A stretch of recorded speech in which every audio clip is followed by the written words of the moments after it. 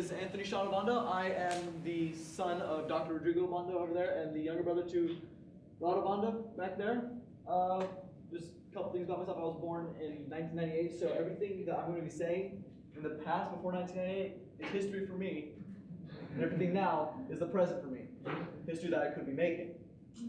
So think about the games that you played right now.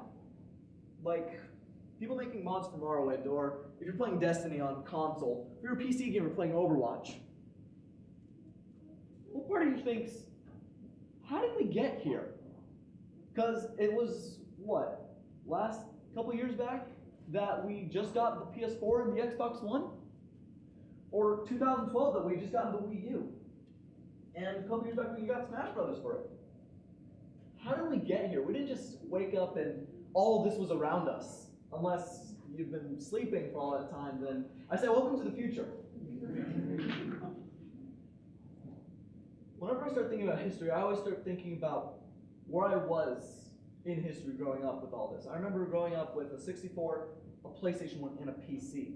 But as a kid, I was like, how does any of this work? Where did all of this come from? But to begin, you gotta ask yourself, what is a game? What is a game? Well, you think it's anything that I have up here, Tony Hawk or Smash Bros. But there's a whole division of what it is. And it's hard to answer. So, to narrow this down, let's talk about video games.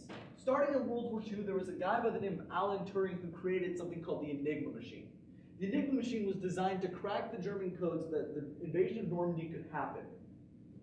They were successful, and thus, if you've seen the Imitation Game, you'd be extremely familiar with this.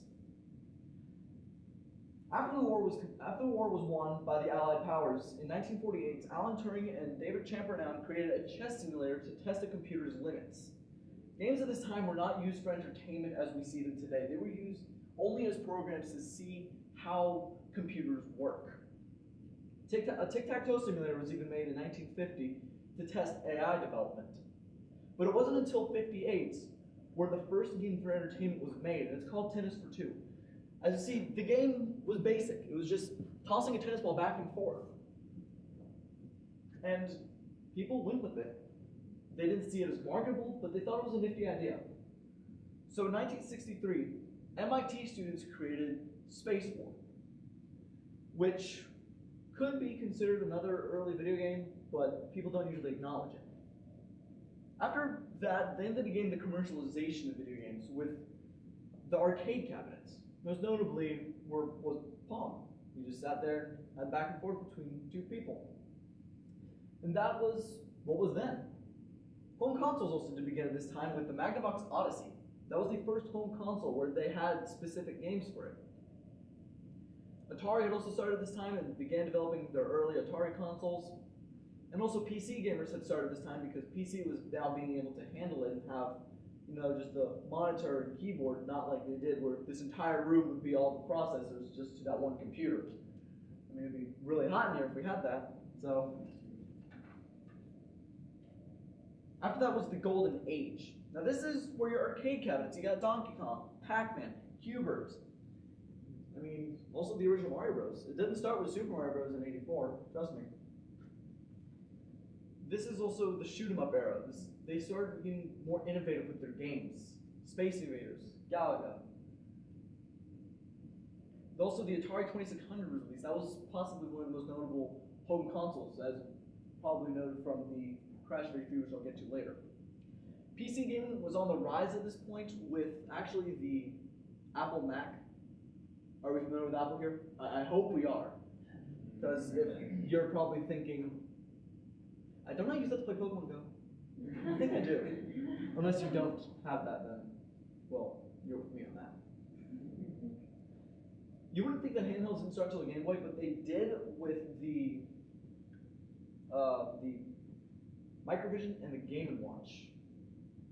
For those who played Smash Bros, you know this guy, Mr. Game & Watch. Well, he was just a simple handheld game. You had mini games that would go on, whether it be Judge, where you had to get a higher number than your opponent, or rescue people out of the fire, a burning house. But that was handheld at that time. They were simple. They didn't have the cartridges that we had in Game Boy, where you put it in, turn it on, and start playing. The video game crash of '83 is really what offset the entire industry of video games in America specifically. American game companies went down only because of the fact that their developers were producing really low quality games. Games that they put out in about a couple weeks and say, here, market this, I don't care, just market it, we need money. Also, another factor for the crash of '83 was the rise of PC. Now everyone says PC master race now, but thanks PC gamers, you almost destroyed console in '83. The real tipping point in what everybody says, everybody has to blame something. So what historians blame as the tipping point of the crash of '83 was Steven Spielberg's E.T. the Extraterrestrial. That video game was produced in 4 weeks and caused what they say was caused of the video game crash of '83. But it only crashed because people weren't doing what they were supposed to and actually making quality games. So, of course, the Atari 2600 was deemed now a bad console, so they took all the ET copies and buried them in a hole in New Mexico, which was actually found many years later, and a copy was found working. And it's more explorable than a Call of Duty map, I'll say. So, at this time, we had other companies that were on the rise. Atari was already downhill. No one said, we don't want Atari anymore. So, what company would come to rise after that? Does anyone know here? Nintendo. What do they do to save us? Or the industry in general? The Famicom was a Japan-exclusive Nintendo Entertainment System as we know it today. They had released Rob the Robot for it. They didn't want to market it as a video game. They marketed it as a toy. That was the interesting thing about it. Because in order to get video games back into the household, they had to say, it's not a video game, it's a toy. So they did it. They were successful. The Rob wasn't too successful, but a bunch of other games and some developers got really successful off of this. One guy in particular, his name is Shigeru Miyamoto. I think we should be familiar with him. I'm hoping not you're still under that rock. I say break that rock. He had an idea for 2 games. The first game was a simple running platformer, a plumber saving a princess. And the other one was an open world game. What was he going to do what that open world game was for? Just adventure.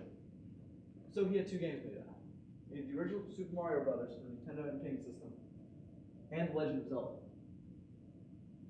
At this time, a bunch of our franchises that we would see today have started. Dragon Quest and Final Fantasy began the role-playing game series. Metal Gear created the stealth genre. Sweet Home actually started the survival horror genre, mainly giving way to the Resident Evil series. And also, before that was Tetris, which gave way to the puzzle series. Now, video games did get popular at this time because the home console was back in. They had cartridges. You had to buy the individual cartridges for the game. It's not you can download them on your console. No, we haven't hit that time yet. So stop thinking about it and stop downloading games on your phone. We had cartridges, not yet with downloads. Now, at this time also, everyone was saying, okay, let's do this. They got back into the industry. And at this point, it was that they realized there was a game out there on PC called Jet Set Willy, which was a puzzle game. They realized, I think this game's too hard, guys. We need to patch this. This is really too hard. We have Dark Souls fans in here. You would say, no, it's not too hard. Deal with it. Deal with it. It's hard. Just keep going. No, stop. But it was difficulty that caused the first patch. At 1990 or the late 80s is when the 16-bit era, Super Nintendo, Sega Genesis. Super Nintendo's main release title was Super Mario World. Some of us should be familiar with that. This is now the beginning of the franchise. We have Mario that's coming in. Bless you. Also, CD-ROM was coming in with games, notably with the flops that are the CDI games. And also, you had your first console war here. We had a company that was named Sega. Sega had the same technology that Nintendo was using. But they were trying to compete with each other because if I make an industry based off of something completely new, and I'm making tons of money off of it, let's say, Scott, you over there, you want money, don't you? What are you going to do? Are you going to work with me and take part of my profits? Or do you want all the profits for yourself? And you start your own company. I'll start my own company. Start your own company. So Scott is starting his own company, all right? So what do I got to do? I now got to compete with him. I got to make games that are better. I got to make platforms that are better. I got to stay superior to him. But Sega lacked one thing that Nintendo really had. The upper hand was on the handheld. The Game Boy this time had been released, and it had, of course, Tetris, Kirby. Pokemon didn't come until '96, so stop playing Pokemon Go right now, because it's not yet. The ESRB rating system had started around this time because of the infamous Mortal Kombat,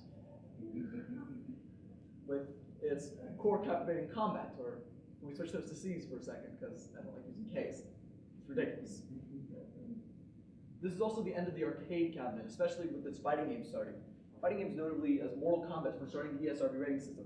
Killer Instinct really killed the arcade cabinet because of a massive patch that had to happen. There was a character by the name of Cinder who had an unbreakable combo that all you did was enter the same button combination over and over again. You just keep it in the air and you're taking damage. That's kind of broken. Well, the rumor was that people that tested the game said, I hate fighting games. It's not telling them anything. But in the end, they caused one of the most expensive patches out there because there were about 2 million arcade cabinets in America alone. That's a lot of money for Rare to just go and say, okay, here's the patch, here's the patch. I mean, gas prices are expensive, so what are they gonna do?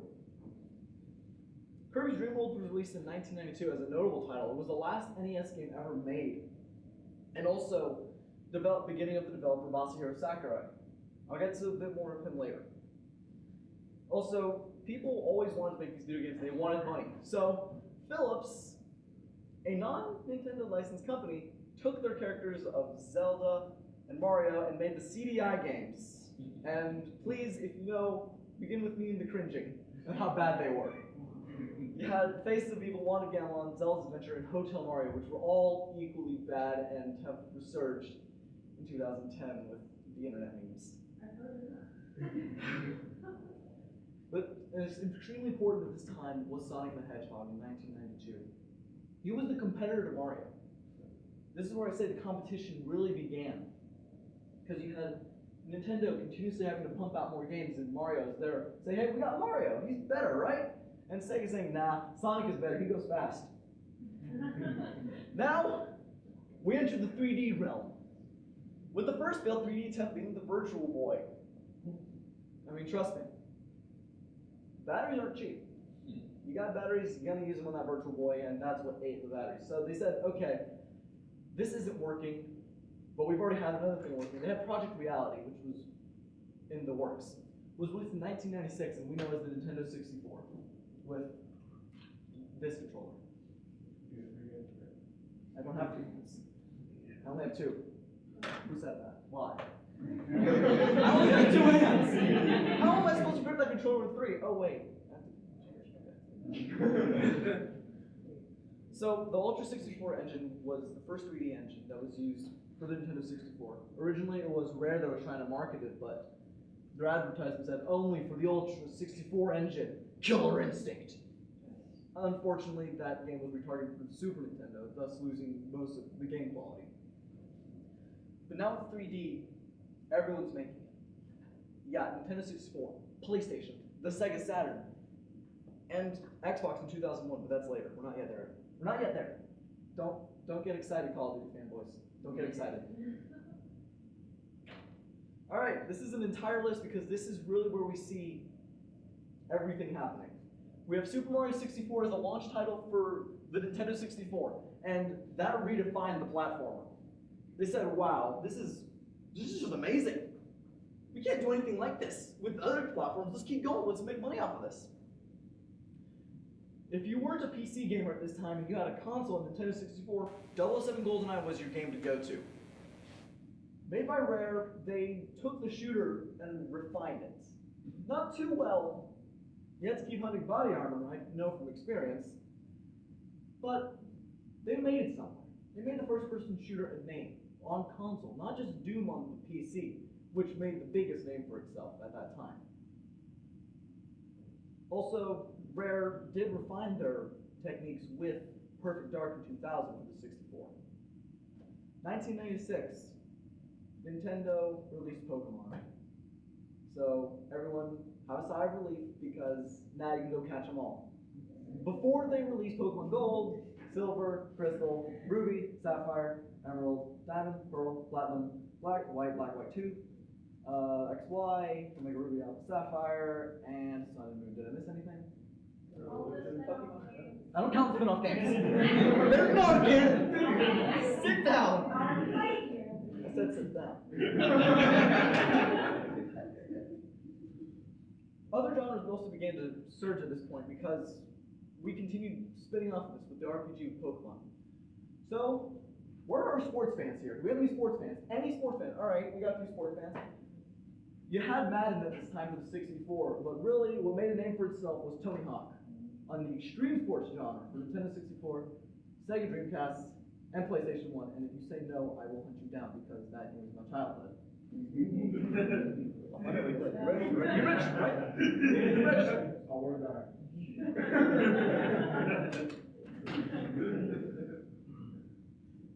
By this time, also console mascots were a thing.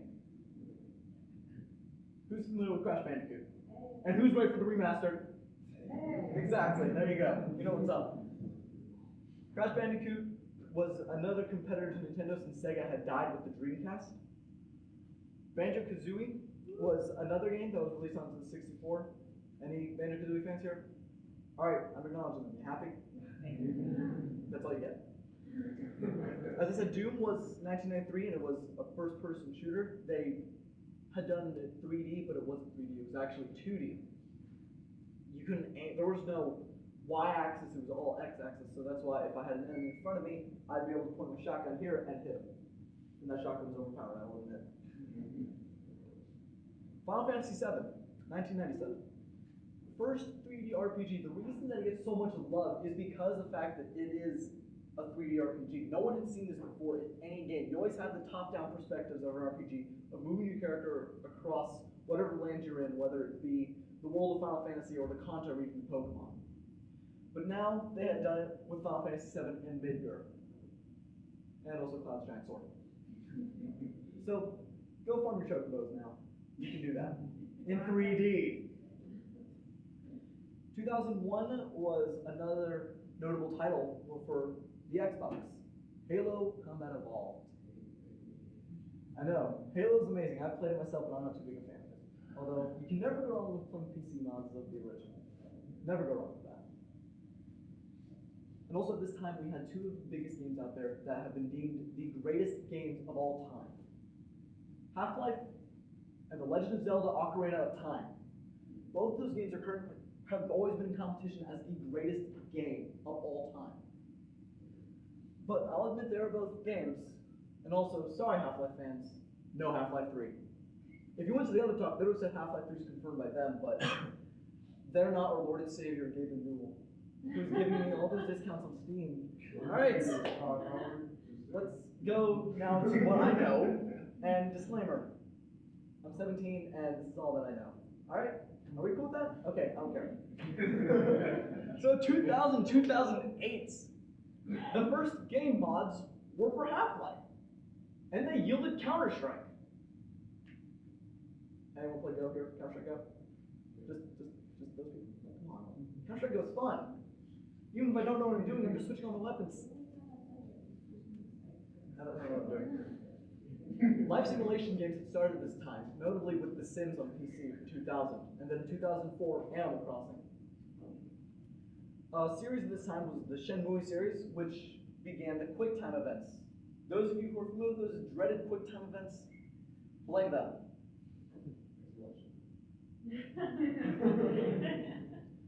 As I said before, Sega had died out and they just became a game developer. They stopped making their own consoles because of the failure of the Dreamcast. Although that did have the best version of Tony Hawk 1. Now, time for all of the millennials to feel old. PlayStation 2 was 2000, then 6 years later was the PlayStation 3. The GameCube, 2001. The DS, 04. And the Wii was 06. Do we feel old yet in here? Anyone feel old? Alright. Xbox, 2001. 360, 2005. Feel old yet? I mean, I remember you said you knew the 360. 2004 for me. It was 2004 for you. But 2005 for all of us that weren't game developers. Yeah. All right. Now, the Wii brought motion controls. That was the first platform to ever do that with the Wii and their Wiimote, the TV remote style controller. Because they wanted gamers to feel as though they had something familiar to them. So they designed the Wiimote in the shape of a TV remote. So they say, hey, I'm using a TV remote as a controller. That's a thing.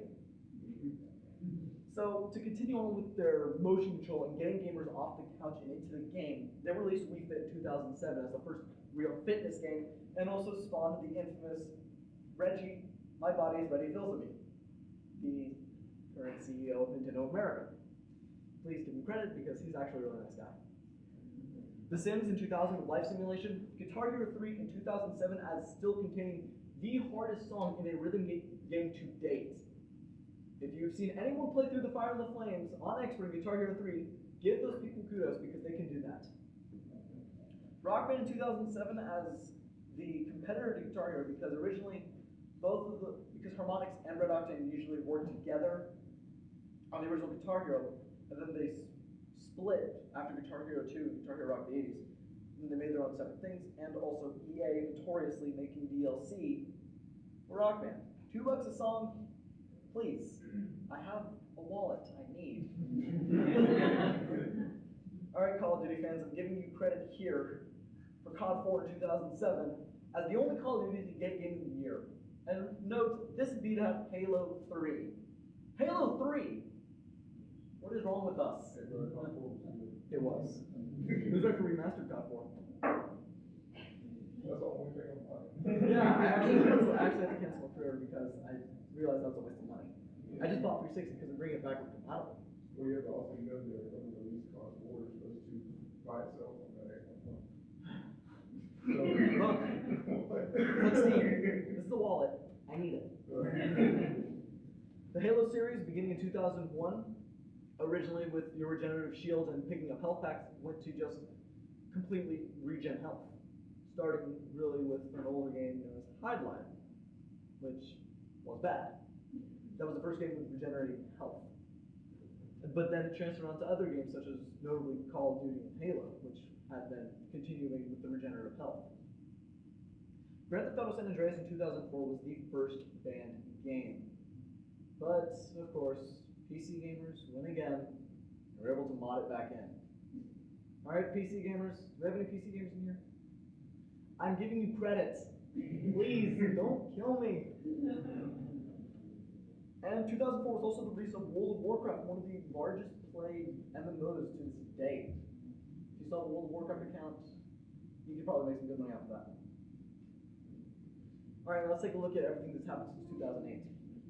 Think about it. Xbox One was 2013, alongside the PlayStation 4, and the Wii was 2012. We are writing history here, everybody. This is history, Dr. Jones. DLC did begin with, actually, Guitar Hero 2 with the My Chemical Romance track pack, but it was Call of Duty that made it notorious. Because everyone spends $60, another $60 for the COD DLC, and no one bats an eye. But with Overwatch, you pay $60, and you get all the DLC free, and everyone goes crazy. And as I said, because of this DLC, people are now completing their games halfway. They're saying, okay, you want this game? All right, buy it for $60, and then pay another $60 for all the DLC. You want the extra adventure? That's another DLC. Oh wait, that other adventure? That was a pre-order bonus. GameStop. And also, video game memes. Do we not see Nintendo printing money with Amiibos here? They printed money. They print money. Another issue at this time, now, what we see is cross-platform. Who here plays Rocket League? How many here are PC Rocket League gamers? Okay. You have friends that play console? You want to play with them? Yeah. They're only going to be Xbox gamers, so you can play with Rod down there. He's always looking for people to beat, to prove that console's better, but that's a console war thing. But cross-platform did start earlier. Another notable thing was Diablo 3 on console, which got cross-platform between Xbox 360 and PS3. I never played anyone cross-platform, I just played with my brother my dad over there, which we haven't continued. Haven't continued. Blizzard. Blizzard, why do you keep putting out great games? And this has always been an issue. The master race of platforms. I'll get onto that later because I don't want anyone to kill me. Yet. I don't have a death wish. Alright. My Dark Souls fans. Your difficulty. You're getting credit. You happy? Dark Souls has become notorious because of the fact that it is hard to play.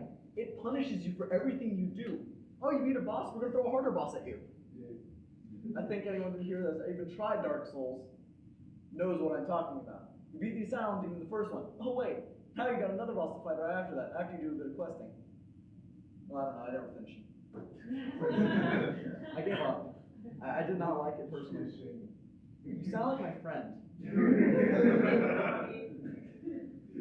Battlefield 4 in 2013 as a notorious incomplete game. As Daniel Rockwell did mention, he fell through the ground. And he was able to hear things at least. But I remember playing it and some things just weren't right. You couldn't do everything. And also, how much money did I spend for DLC again? How much? Like 60 bucks? It was like 50 bucks. That's fine though. I got money. Oh yeah, you got all that extra content you got. Games now started doing this because, thanks Battlefield, you're the greatest. And then Call of Duty started doing it, and they earned more money. And now Overwatch is doing it, and they're earning more money. There's always Blizzard piggybacking everybody. Destiny 2014. This is the time of games being hyped. Call of Duty Ghosts was hyped, and then it was a letdown. But the biggest letdown was Destiny. As a huge Destiny fan myself, I will admit it was a letdown from how hyped it was. Activision taking over the entire franchise. You got a great story, but it's dead. It's dead now. Thanks. You like that microtransactions story yet now? Hey. Wyatt. I'm talking here. I'm talking here. Are you talking to me? Is he talking to me? I don't see anyone else you be talking to. So you must be talking to me. I gotta come to the DLC. Yeah. This was DLC, everybody. $10,000. Yeah. In-game currency or actual currency? That's the question. Because if I want to buy that in-game currency, it can cost me another $20.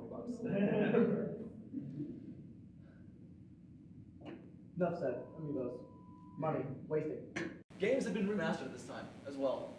We've seen how many games have been remastered? How many? Exactly.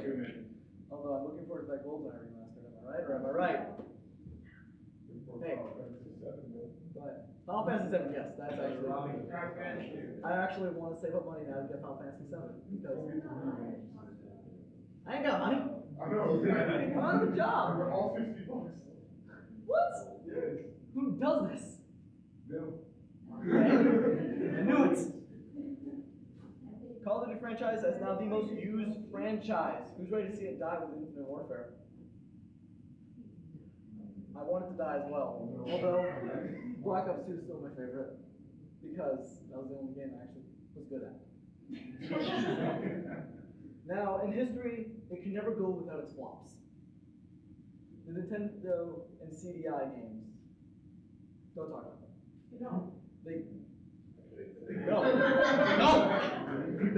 They make people cringe, but they make great internet jokes. I will say that much. Bubsy the Bobcat was a failed attempt at another platformer mascot, which ended with the PlayStation 1 and the horribly done Bubsy 3D.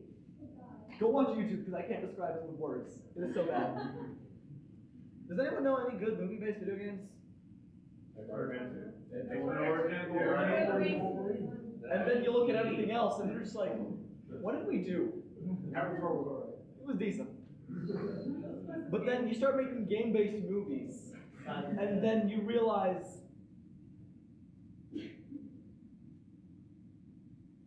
no words can describe how bad this is. Look at Mortal Kombat.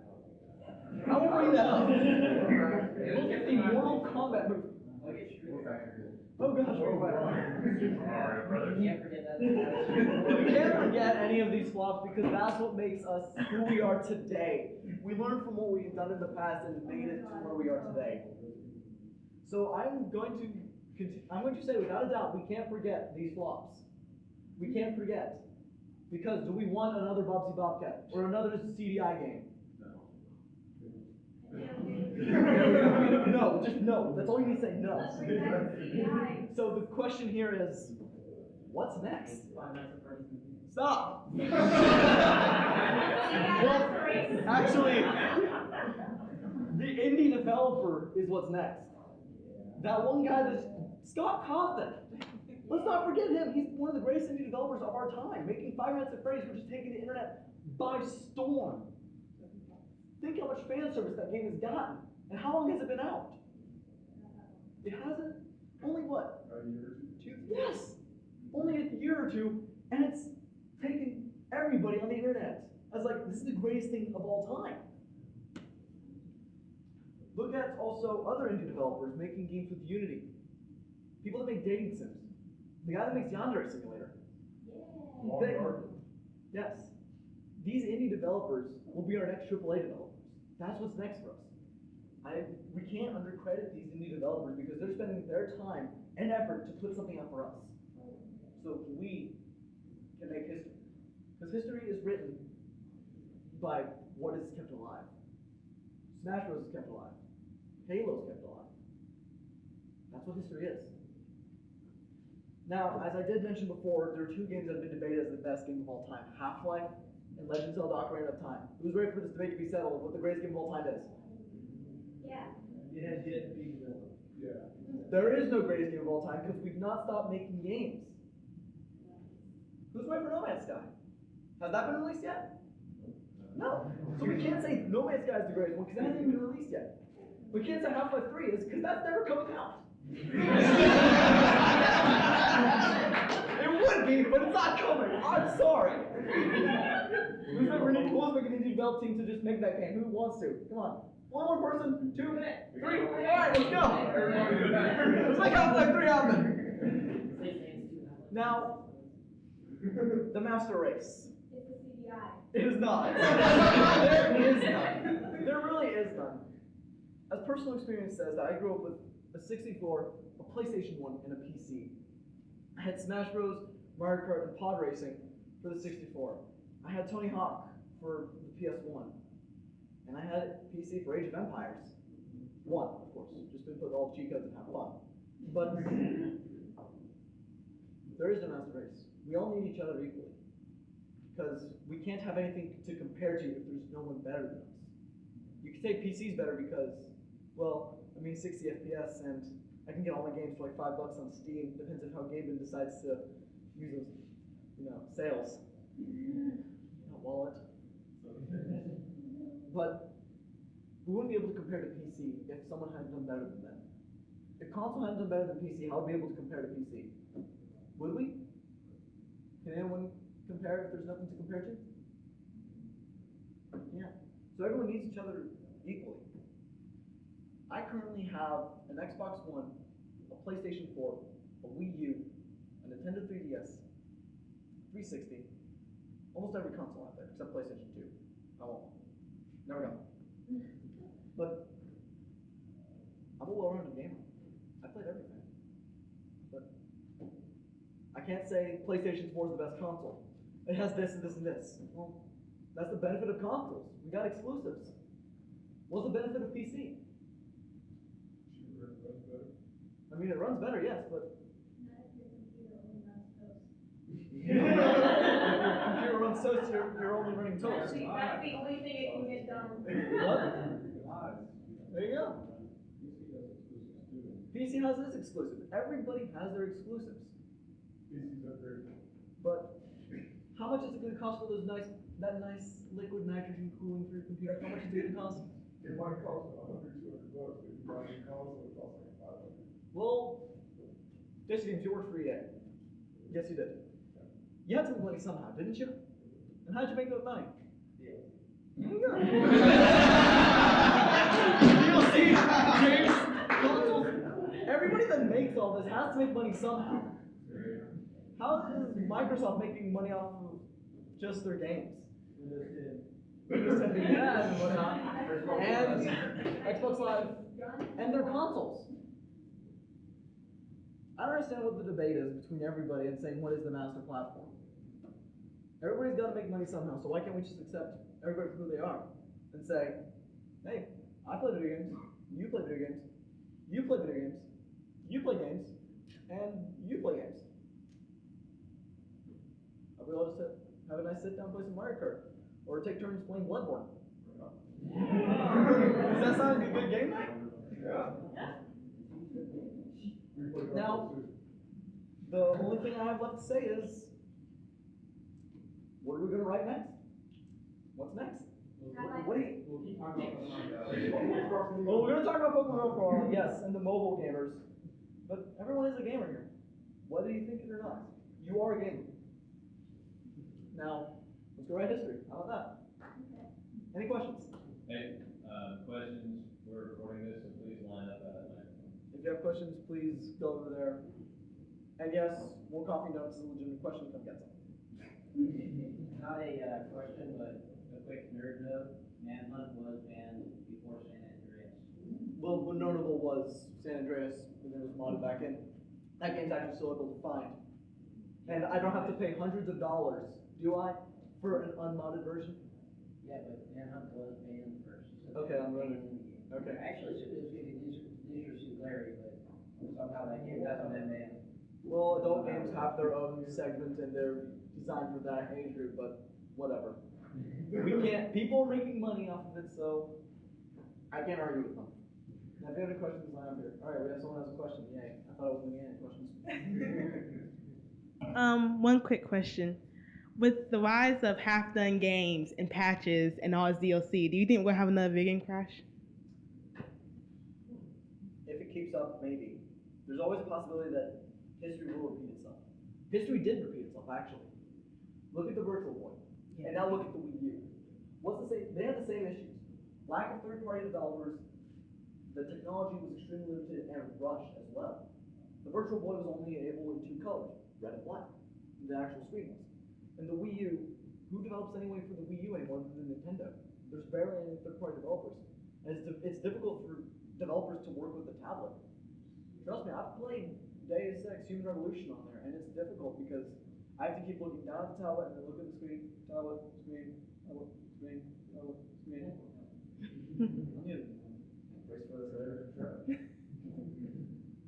But if we keep going on with these half-done games, maybe there could be a crash, but really the crash was caused because of PC and third-party developers not completing the game. So the answer, maybe. Only time will tell. Thank you. So, any other questions? If you want more coffee, come get it. I made coffee for everybody, so please get some. I want coffee. All right, so a little bit of a two-part. Okay. So what's your perspective on the future of virtual reality gaming, as well as VR as a platform for stuff like medical applications? I think VR as a platform actually will eventually become a thing. If you see people on YouTube playing games on the Oculus Rift, that itself is now becoming a platform. People are developing for the Oculus Rift. If you've heard of the game, what the Bandicoot game, like Don't Stop Talking, Keep Talking and No One Dies, whatever it is. But that's making a name for itself. You make a name for yourself based on what you do and how popular it becomes. There's another thing I can talk about how people on the internet are making everything popular, but it's just really on how it's received. Whether it's received as a joke, that's why the CDI games got popular in recent times because of how stupid they were, or games such as Smash Bros., which has a huge competitive scene. On the topic about competitive scene, the esports communities has been growing a lot of surge recently on top of Twitch views. You think esports will have its entity of like a bigger entity of its own than it currently is, considering the mass amount of gameplay between League, Smite, Hearthstone, etc.? Well, everybody has their own league and they have their own respective games that they play, and they're doing what they do. They're making the tournaments for that, and people enjoy doing that. The reason that some competitive scenes die is because not a lot of people play them anymore. Look at Team Fortress 2. Because of Overwatch being released, and the economy of Team Fortress 2 dying, that's why the TF2 scene died. So you don't really see TF2 anymore, do you? Not really? No one talks about it much anymore. No one talks about it much anymore because everyone's now concerned about Overwatch and also because the economy died. So, I mean, if they make a name for themselves and they keep it going, competitive scenes for anything will rise. I'm also going to acknowledge Call of Duty here as a competitive game. If you went to the other talk, they're not going to acknowledge Call of Duty whatsoever as any competitive in general. Call of Duty is a great example of competitive. It's in the X Games now. You thought the X Games was only skateboarding and BMX? No, it's not Call of Duty. Your daily ESPN is getting interrupted by people playing League of Legends and Dota. Sorry, before we get to these football highlights, let's talk about these League of Legends highlights. Don't forget Korea. One last question. Which Pokemon team are you on? I actually don't know. The Pokemon Go? My device cannot support it. I'm sorry. This is the love that I get just because I'm behind on everybody. I'm just behind. Hey, I still play 64. I play great console. 64. All right, I have a question about consoles as an entertainment device, right? Yes.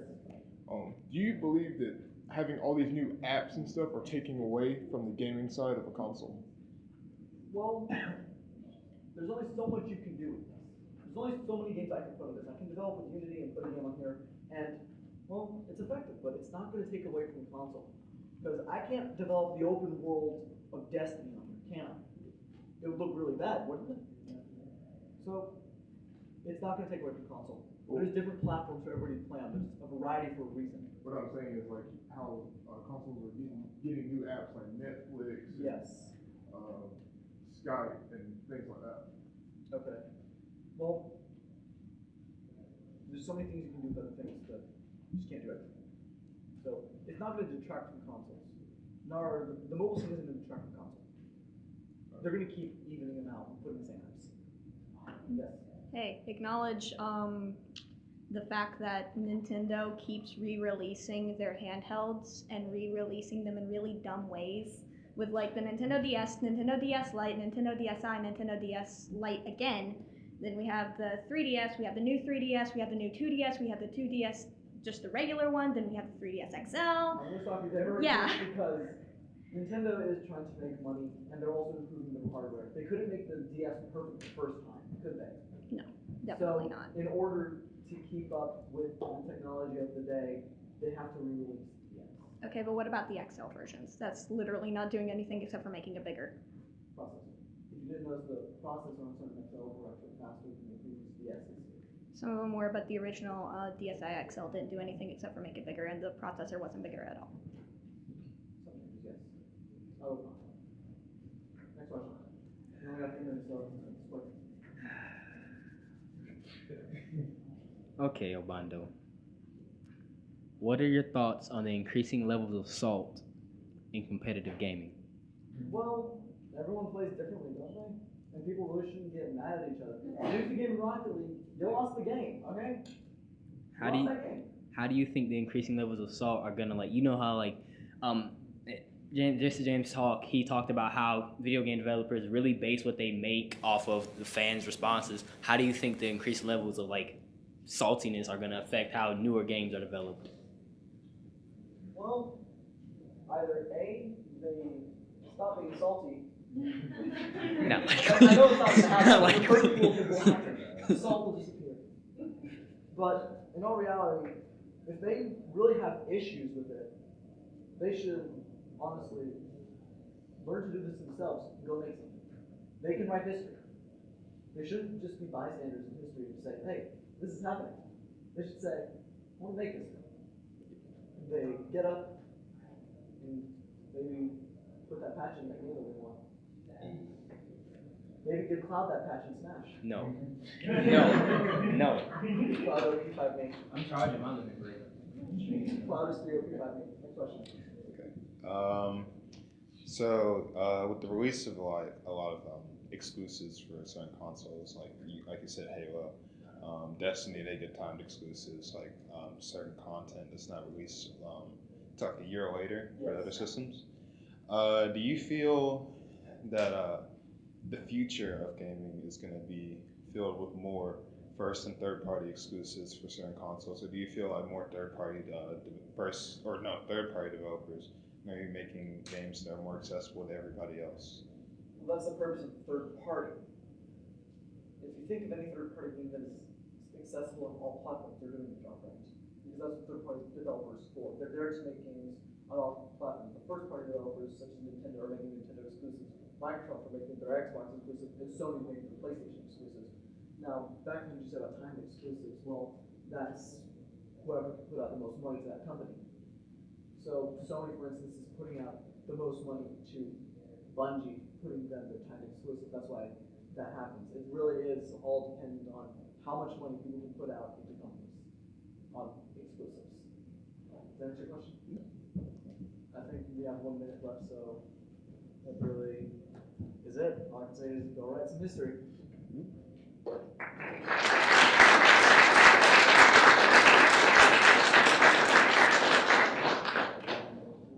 right, if you want to stay here for Dr. Obando and Jordan.